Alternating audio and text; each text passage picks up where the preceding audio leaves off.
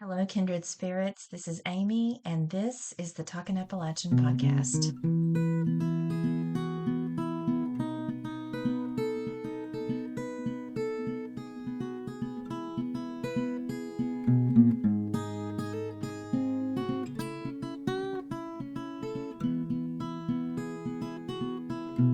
So, Crystal Wilkinson contributed to part two of Talking Appalachian. She contributed a short story called Holler, and I got to know her through that process of editing and putting the book together. And I interviewed her right before her book Perfect Black was set to come out. So, in this interview, we're talking about dialect and we're talking about writing and the craft of writing and what it means to be Appalachian and what it means for her to be Afro-Latin. But I just wanted to share, just sort of update you on some things that she's got going on right now. So she's a recent fellowship recipient of the Academy of American Poets. And she has a new book coming out that you can pre-order from Penguin Random House called Praise Song for the Kitchen Ghosts, which is a culinary memoir, and I love that title. Perfect Black, a collection of poems and three works of fiction. The Birds of Opulence, which she talks about quite a bit in this interview. Water Street and Blackberries, Blackberries. She is the recipient of an NAACP Image Award for Outstanding Poetry. She's won an O. Henry Prize, a USA Artist Fellowship, Ernest J. Gaines Prize for Literary Excellence.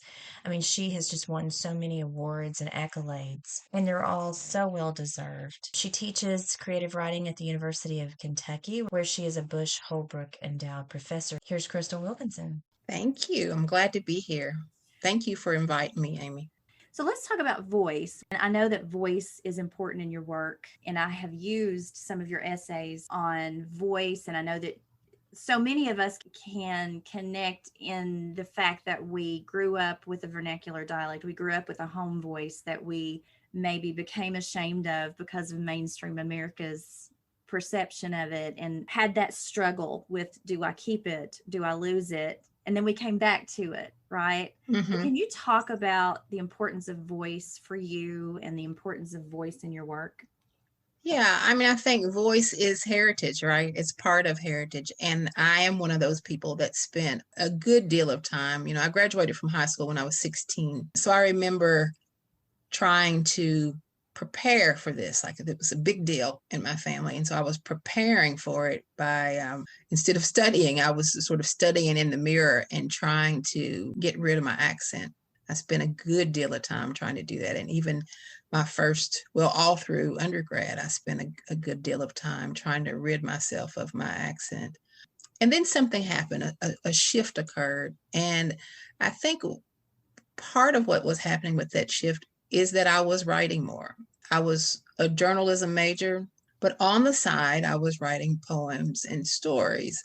My grandparents were also getting older, and I just felt this urgent need to know everything about them and to know everything about my ancestors and where I was from.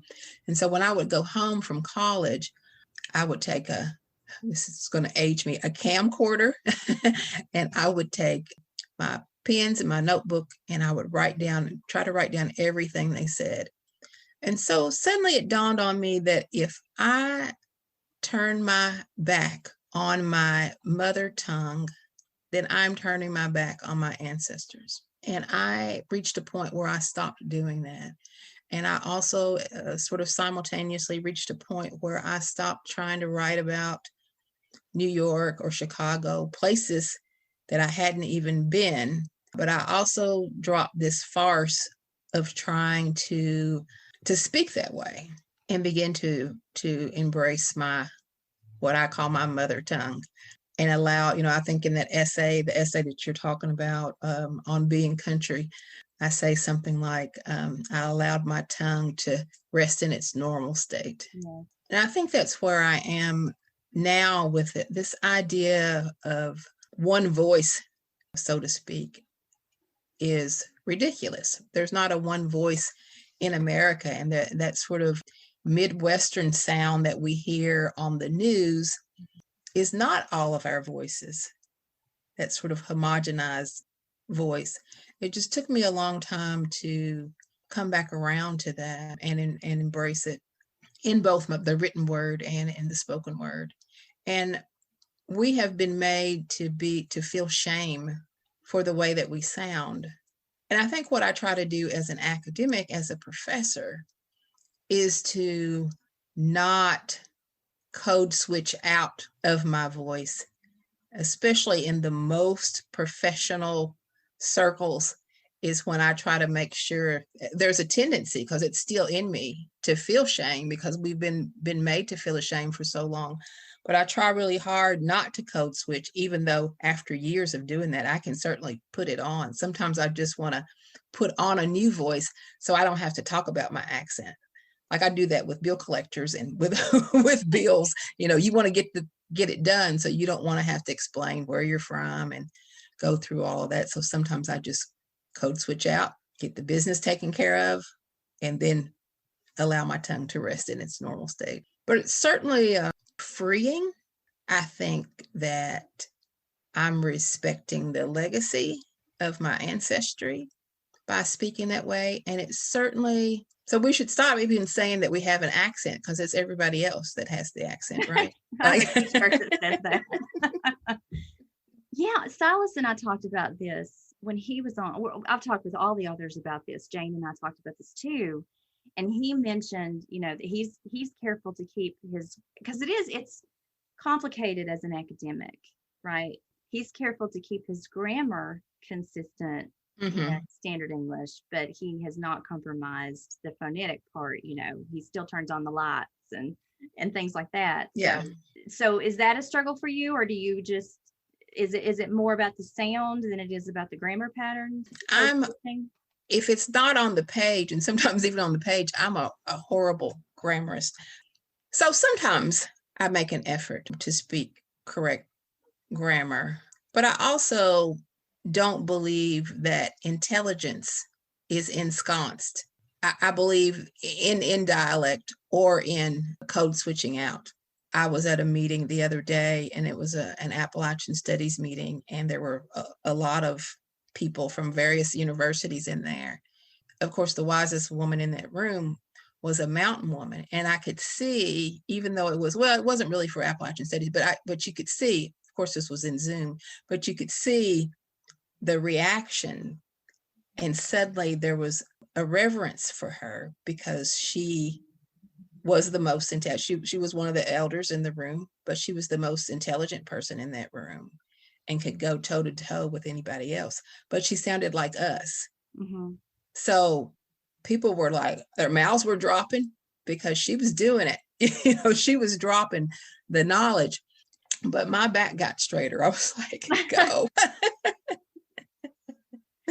It does make a difference. It does validate you. And I still struggle with that, what you were describing with the shame or the understanding that there are people who will never accept it. No matter what we do or what we say, there are people that will never accept it.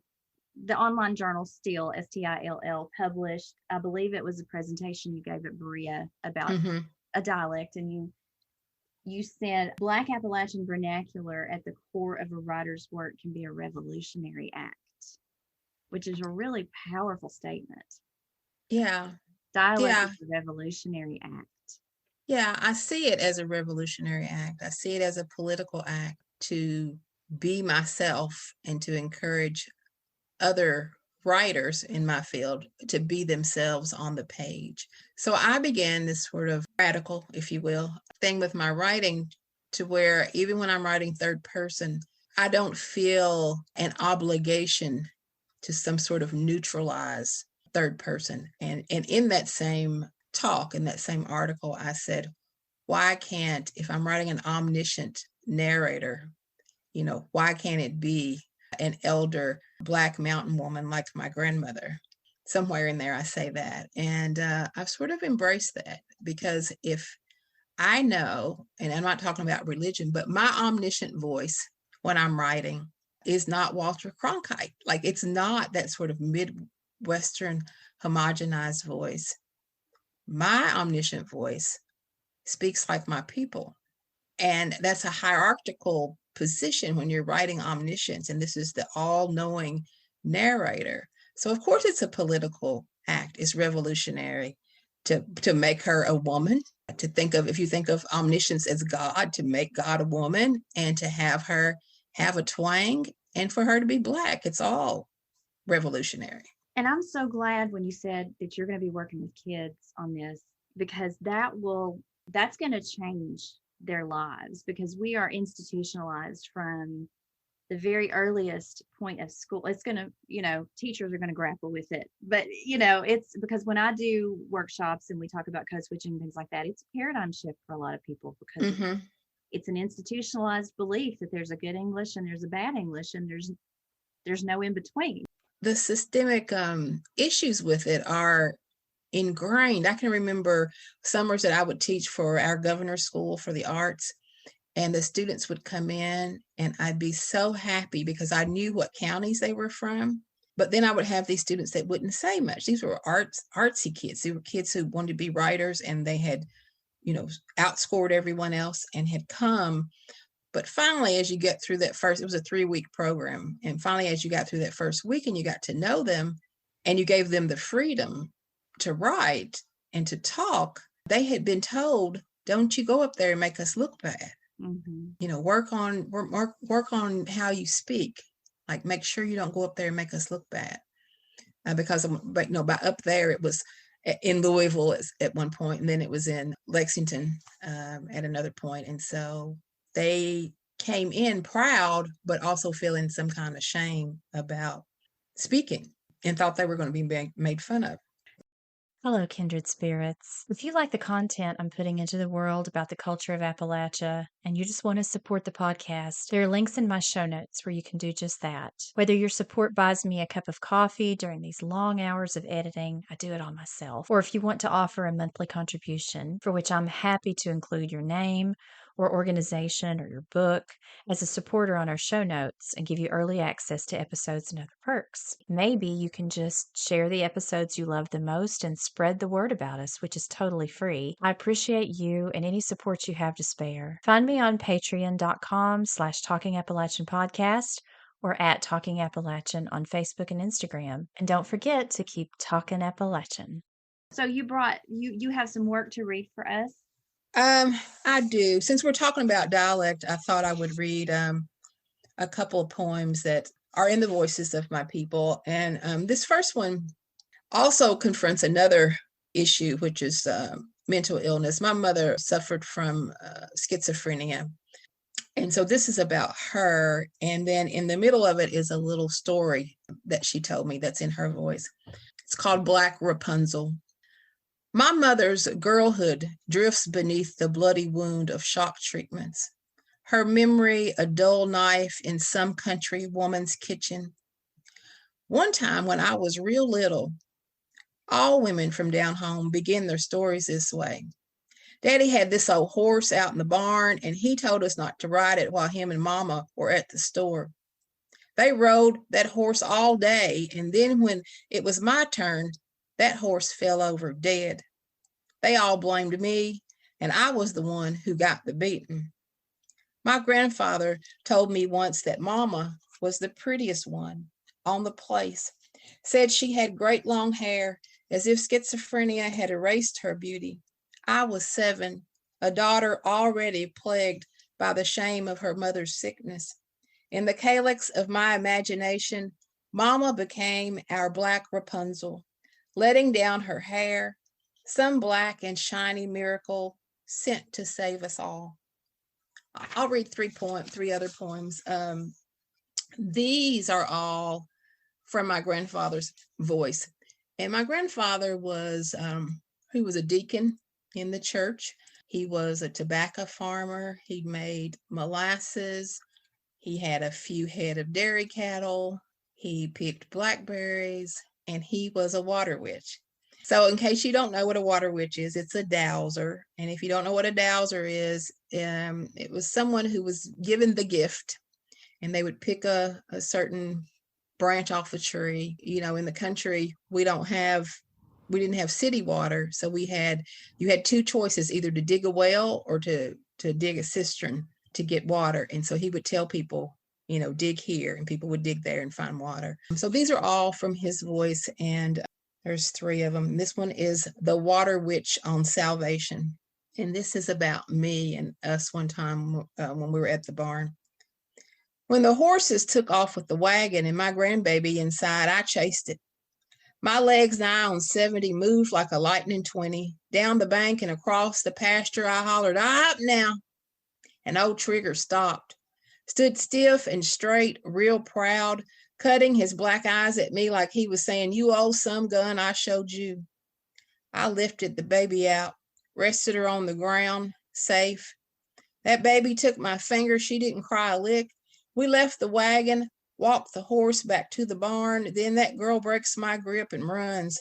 She runs through the pasture, up the hill as if nothing happened at all. Not a tear won, ne'er one sign of being scared.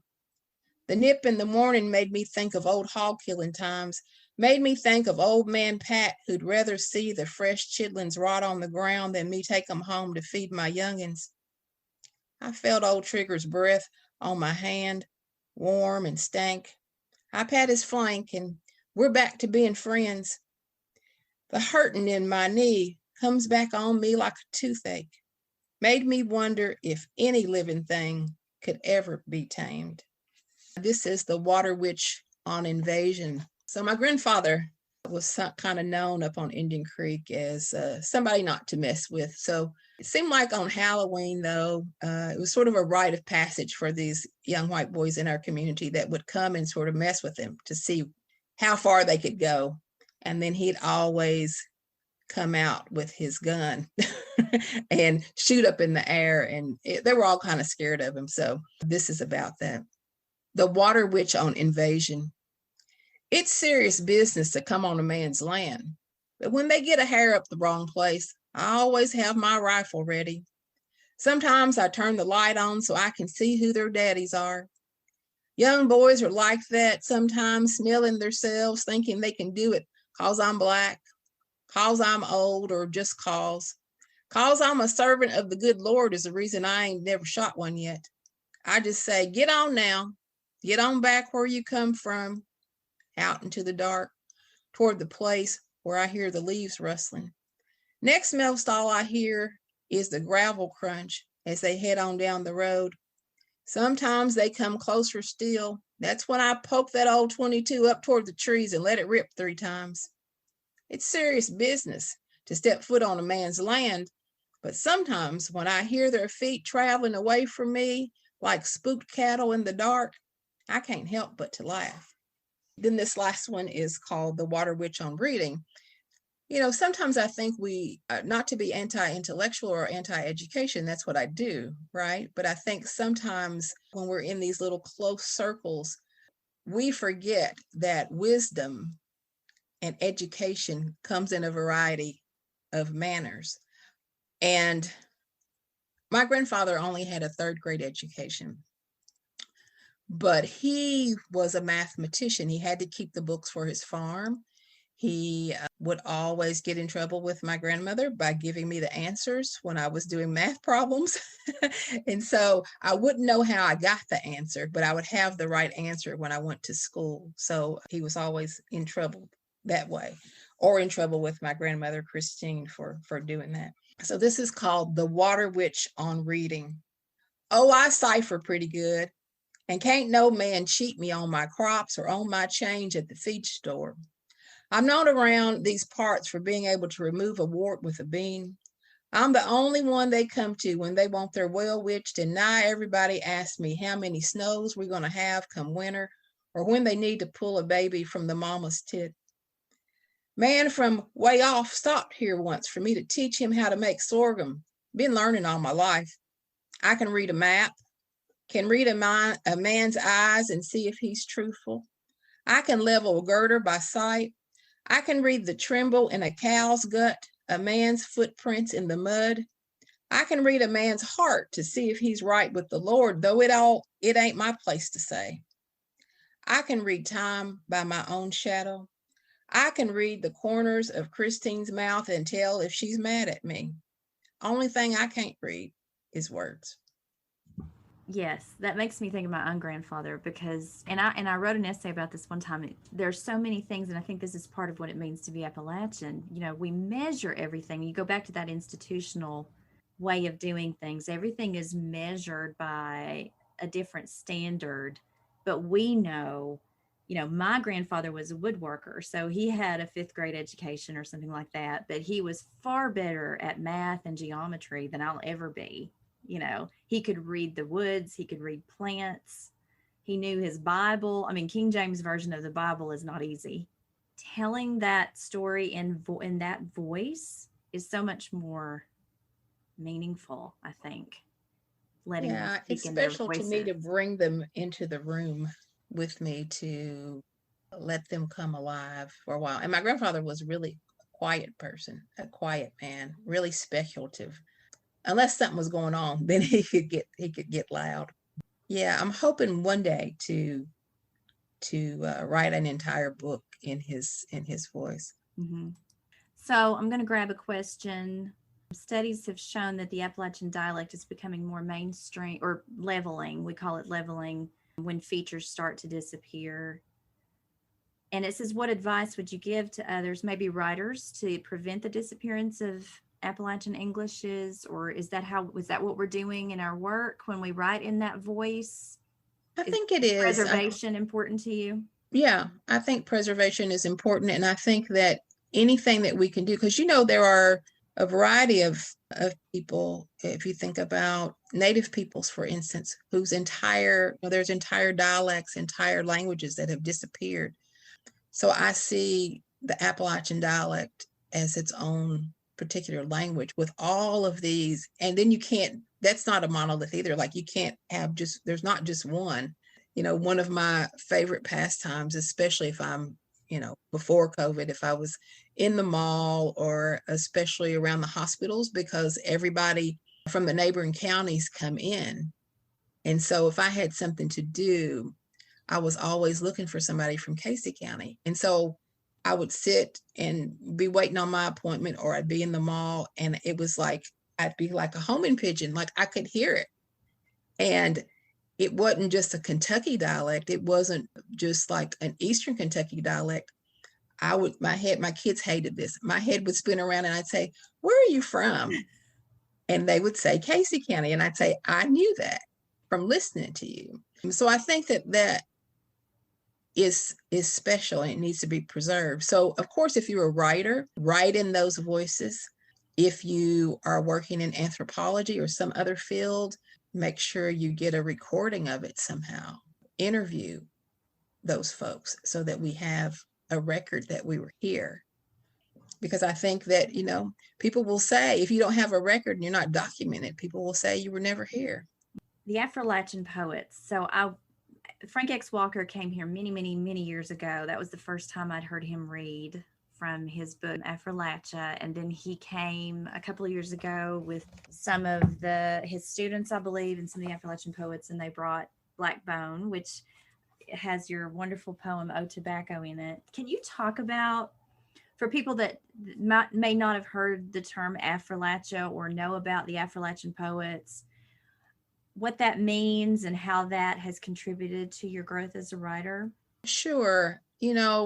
Frank had been a student. He was a student at UK. I mean, he teaches there now, but he'd been a student at UK. The Appalachian poets, even though all of us were sort of in it, really began with him and a writer named Ricardo Nazario Colon. And they would get on the elevator and, they were macho guys playing basketball. There weren't that many male poets around, certainly not male poets, black men that were poets. So they'd get on the elevator and they'd pull the stop button and they'd pull out their notebooks, read poetry to each other, start the elevator, and then just kind of, give somebody dap and go on to what they were doing. So that was happening. And then they started going to readings. And so there was a reading that said something like great Appalachian writers or the best contemporary Appalachian writers. And he went probably up on UK's campus or to the public library, and looked up the word Appalachia. And you can find it if you look in an old dictionary. It said white people indigenous to the Appalachian region. And so he began to think, where does that leave the rest of us? And so he went home and he wrote the poem Affrilachian, taking the P's out and dropping the F's in. And then the group became the Affrilachian Poets. So there's something powerful about being named and being able to see yourself. And I think that was empowering for all of us at that time to think about, if we're excised out of this definition, how can we insert ourselves in? So we were sort of inserted in the conversation the way that the F's were inserted. And it was one of the first places for me that I felt that I could be my entire self. That, I was trying to get my writing career going. I wouldn't have called it a career then. What I was trying to do then was be a better writer. And so I was going to conferences. And so I went to one of the first conferences that was put on by Marita Golden. And so there was a Black Writers Conference in Virginia. And I actually drove an old Cadillac that was like the president's car. I was working at Midway College at the time, and they knew how badly I wanted to do this. And I had a jalopy, so they put me in the car and let me have the president's car, which was a big Lincoln Continental that I was driving across states. And I went and I loved it. And I loved being around other Black writers. But again, there was no one who spoke like me. There was no one there at the time that had that experience of region for me. So I enjoyed myself. And then it would be the same way when I would come back home and I would go to like the beginnings of the Appalachian Writers Conference, and I would go and everybody treated me nicely, but I would look around and I was the only Black one there. And so coming into the circle of the Appalachian poets was the first time that I said, oh, I can be my whole self in this room. That was empowering, and that was to see myself in the room was empowering, and to have an understanding without explanation of what I was writing. We could talk about craft because I didn't have to explain my dialect. I didn't have to explain what my characters were doing, why they were doing what they were doing. And so it was extremely helpful to me and extremely important in sending me off into the world as a writer.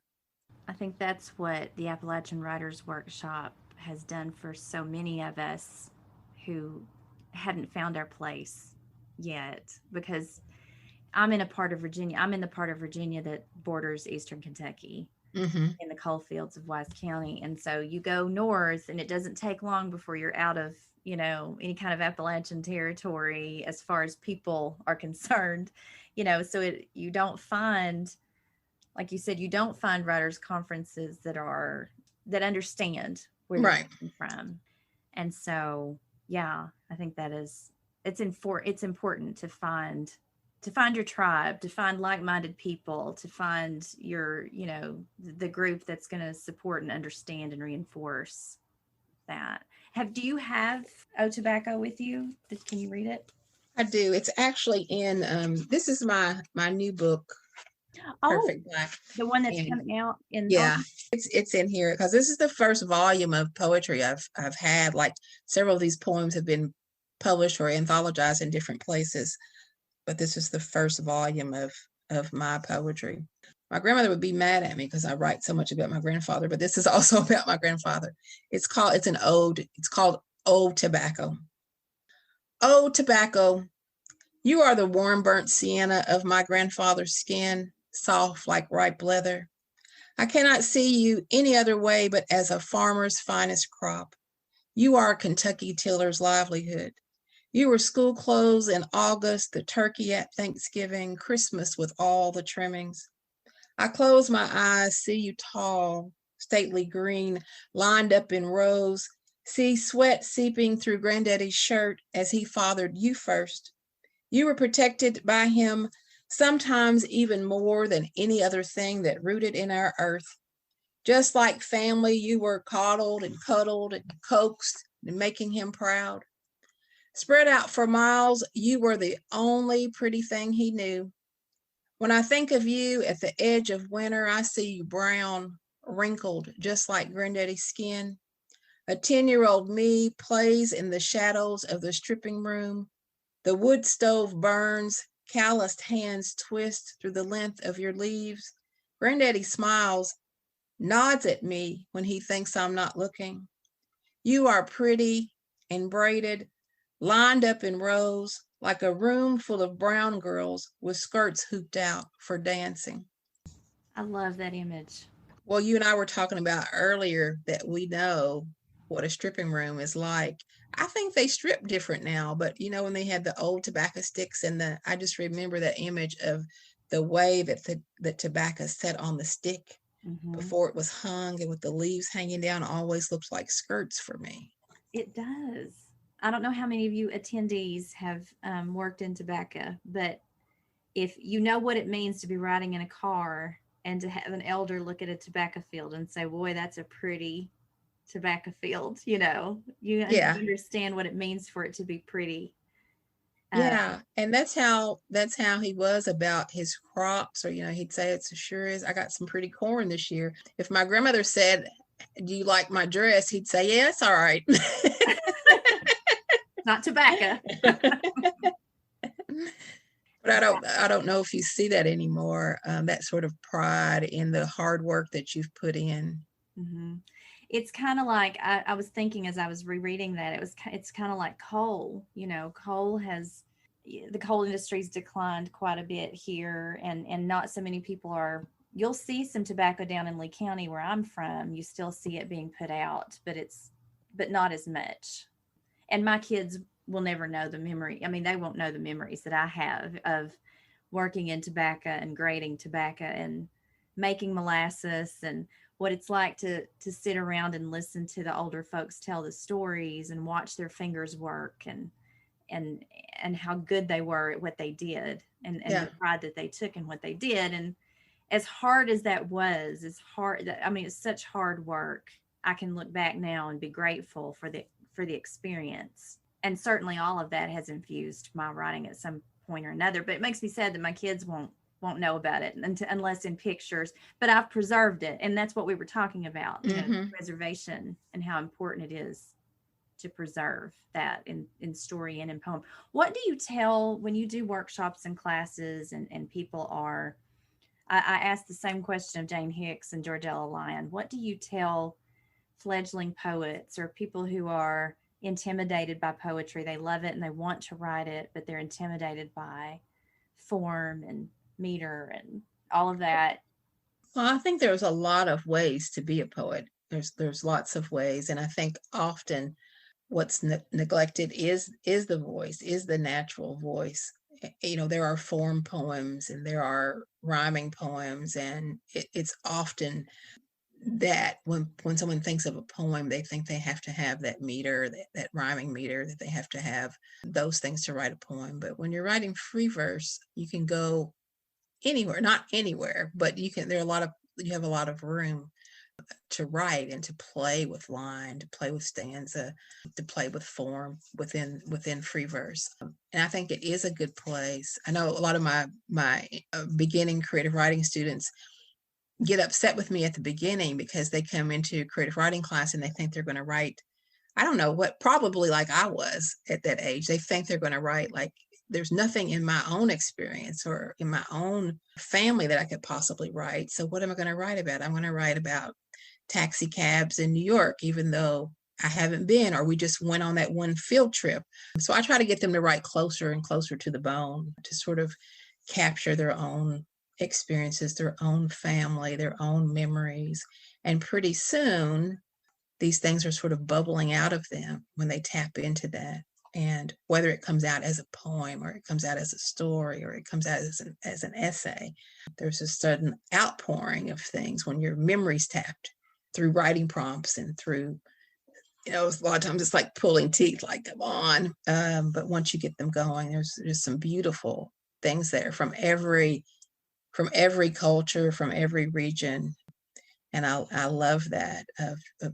There's something too about being specific about specificity of place.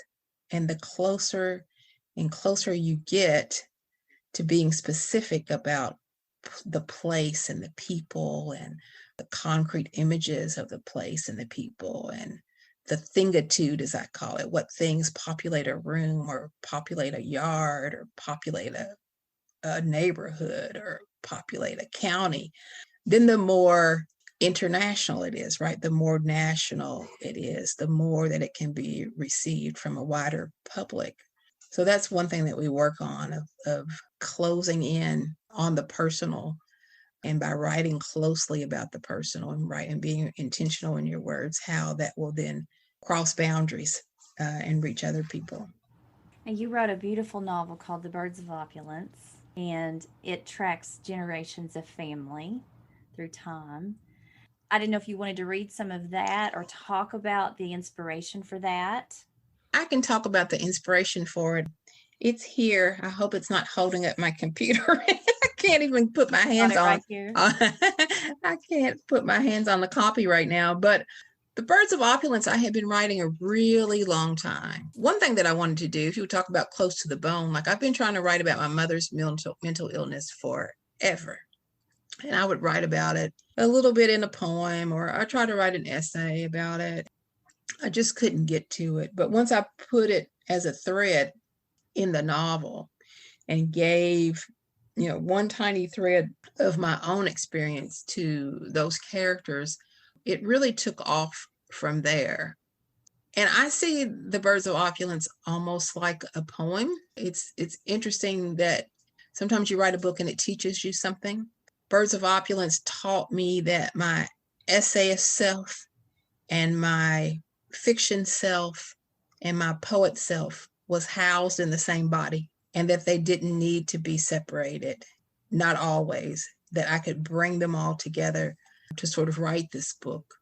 And it's a small book, right? It's right around 200 pages, but it took more than a decade, almost 2 decades to write, because I kept thinking, if I'm going to go from short stories to a novel, then I've got something to prove to the readership, whoever the readership is, that I've got to have this big, bulky, linear thing that people are going to understand that this is a novel with a capital N, and they're going to be able to hold it. It's going to have lots of weight to it.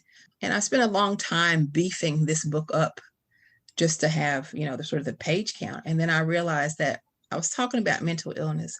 I was talking about ancestral memory, the ways in which things are passed from generation to generation, and the choices that we make going into the next generation. There are things that are out of our control, things that are in our blood, your blue eyes from your grandma, the way, I was telling somebody else the other day that all my pictures, I have like a little hump on my wrist. And so I've noticed that I've gotten older, that if I'm holding my hands down to the side and someone takes a photograph, it's my grandmother and my great grandmother. Like, it's the same arms. So those are things that are in our blood. Mental illness, is it in the blood? But then there are things that we have a choice in. Family dysfunction, pathology. If you were whipped as a child, are you going to whip your children for the next generation? So those were things that I was playing with. And I think that because those things were themes in the novel, that it lent itself to distillation, to boiling those things down to the essence, not making them bigger, but boiling them down.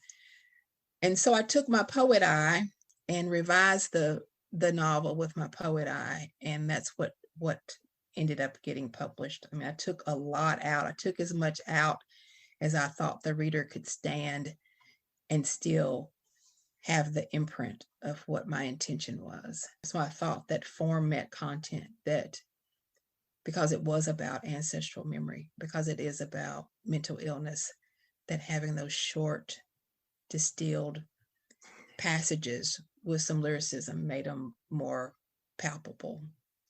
So when you're choosing to write about something, how do you make the decision about whether it's going to be a poem or a short story or a novel? I don't. I mean, I have to eventually.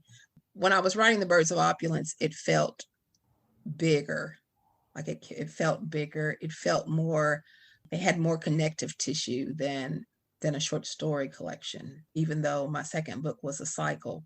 So that's what I mean. Like every book that I write teaches me something. So the second book, Water Street, taught me that I could write a composite novel, that I could have characters that know each other, they're all on the same street.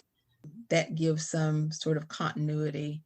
And then Birds of Opulence taught me that the poet, the essayist, the fiction writer could all live in the same house.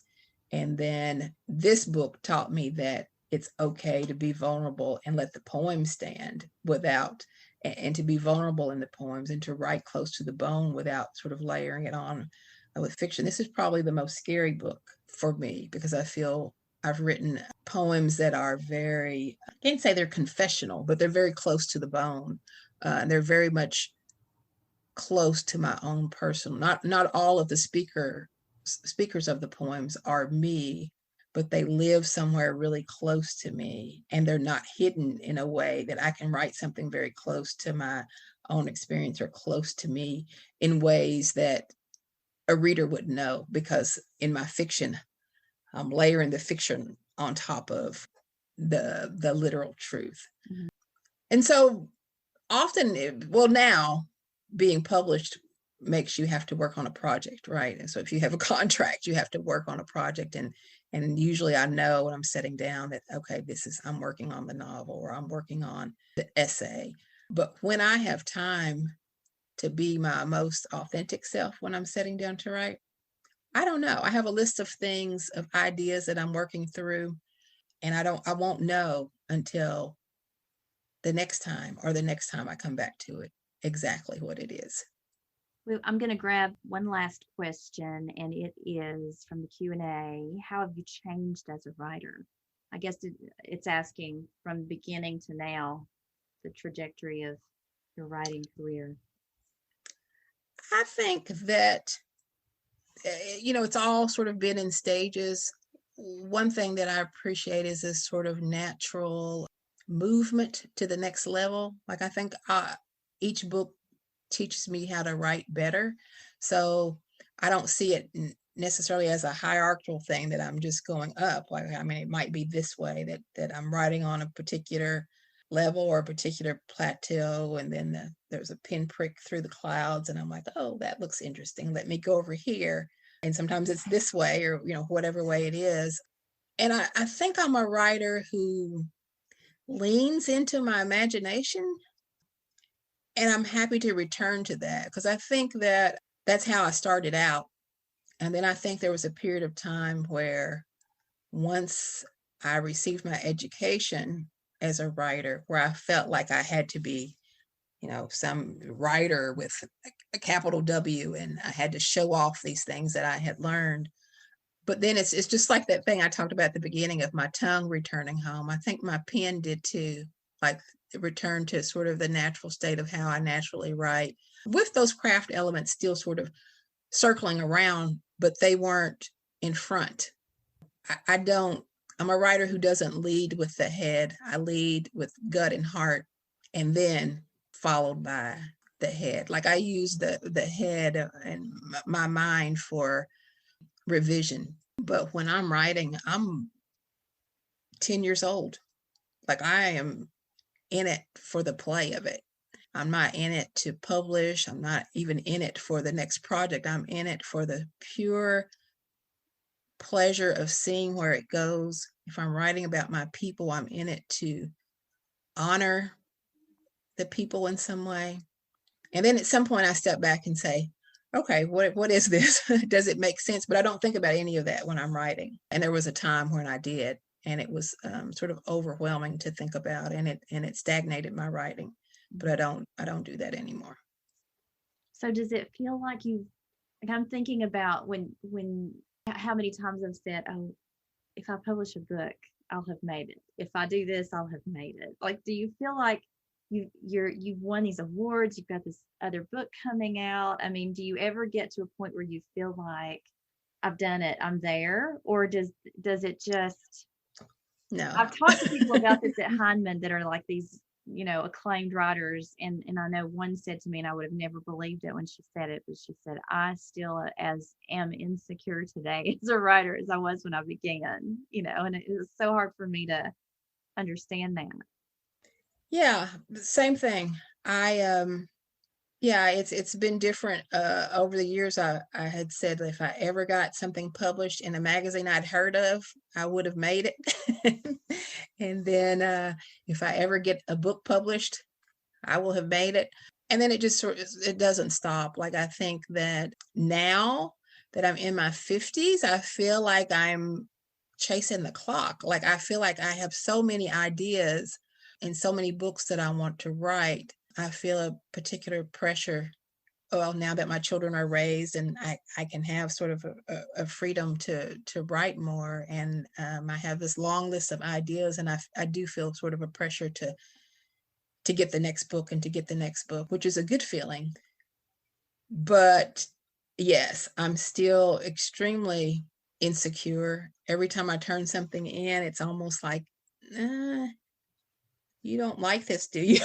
Like, that's kind of how I feel. Like, if somebody wants something and wants me to write about something, that's when I hit the send button, it's like, this is not going to work. And I'm always surprised if they like it. Even if they have edits, I'm always surprised that. So it never goes away. No, never. I just wish all the best, and I'm just so happy for you and all of the good things that are coming your way. I'm just glad that we got you when we did, because I know that you're about to be very busy. So it's so good to talk to you. So good to talk to you. Good to talk to you too. We could do this all night. I know, I could. I really could, but I won't. But thank you, and I can't wait to talk to you again.